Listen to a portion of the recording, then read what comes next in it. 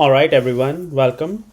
In this video, I'm going to show you what is the thesis behind the reason how we are generating these trade ideas.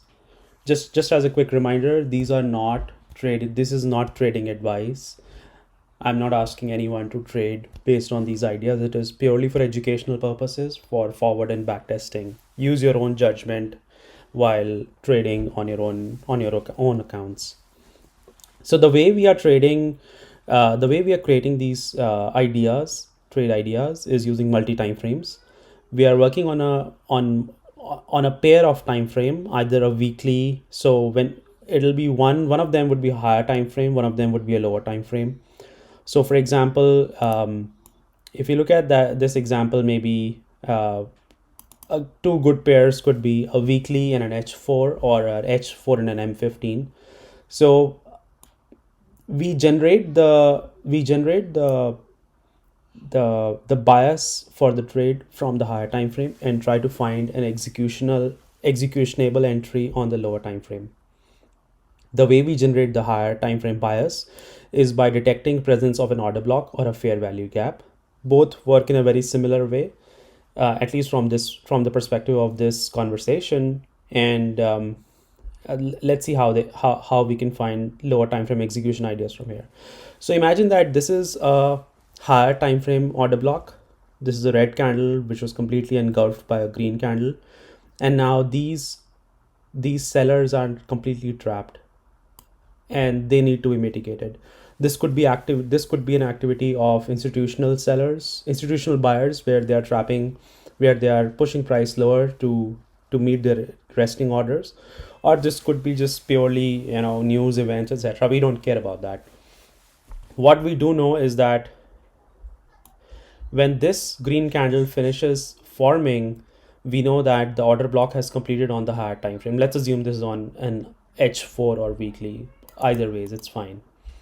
What we anticipate is that price now needs to come back and mitigate this order block, and then it'll go take off from there if it has to continue in the forward direction. And this is where we intend to trade. This is the area we are looking to get ourselves into this trade. Now let's see how this plays out on a smaller time frame, on a lower time frame.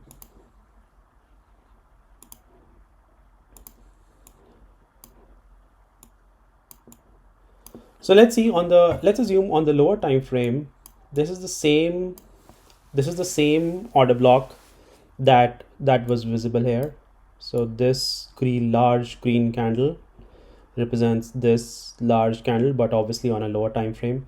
So from the same example, this could be H4 or this could be M15. For a weekly, this will be H4, and for an H4, this would be an M15.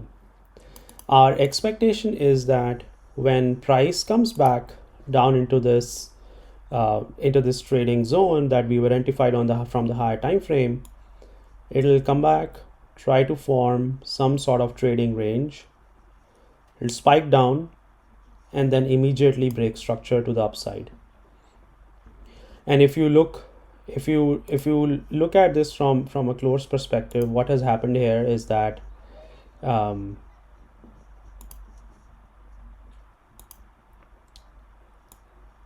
institutional buyers brought the price down back for mitigation, created this trading range, and then caused a sudden fast drop and a sudden fast move back up to trap even more sellers and execute more of their resting orders.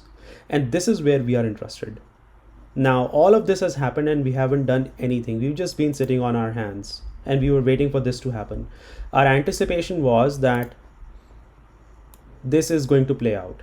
Until this does not play out, we don't do anything. Order block is fine. We're not trading the order block blindly. We let the order block form, then we wait for this setup to form, because this is a very clear indication that the immediate bias is already bullish.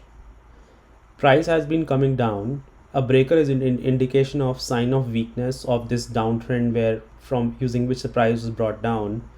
Why would price be reacting to bullish order block in such a way. The only reason is that it wants to go back up. All the institutional buyers have met their resting orders here. So what we do, very simple things from here on. We create our lower time frame trading block and set up our risk reward ratio, and all we have to do now is to wait for price to come back, mitigate this lower time frame breakup structure, and then catch the upside move. That's all we are doing. So just to recap once again, higher time frame like a weekly or an H4 helps us determine immediate bias. This bias does not need to last for more than 2 or 3 candles, because if this trade has to play out, this is no more than 1 or 2 higher time frame candles. We are not trying to predict the market for weeks and months in advance. So all we are looking for is a bias for 1 or 2 candles after this higher time frame order block is formed. When this order block is formed, the expectation is that price will come down, mitigate this block of sellers, and move forward. And this is where we'll try to enter. And this is exactly what we do. So we switch over to lower time frame, which is for a weekly an H4, and for an H4 maybe an M15. We let the price come down, let it form a trading range, let it grab liquidity and break to the upside. This somewhere here would be the last bearish order block sitting that created this run for the liquidity and then was broken to the upside. And we follow the same rule. We just basically wait for that particular order block to get mitigated. We draw our trading zone, set up our risk reward, and try to catch this trade.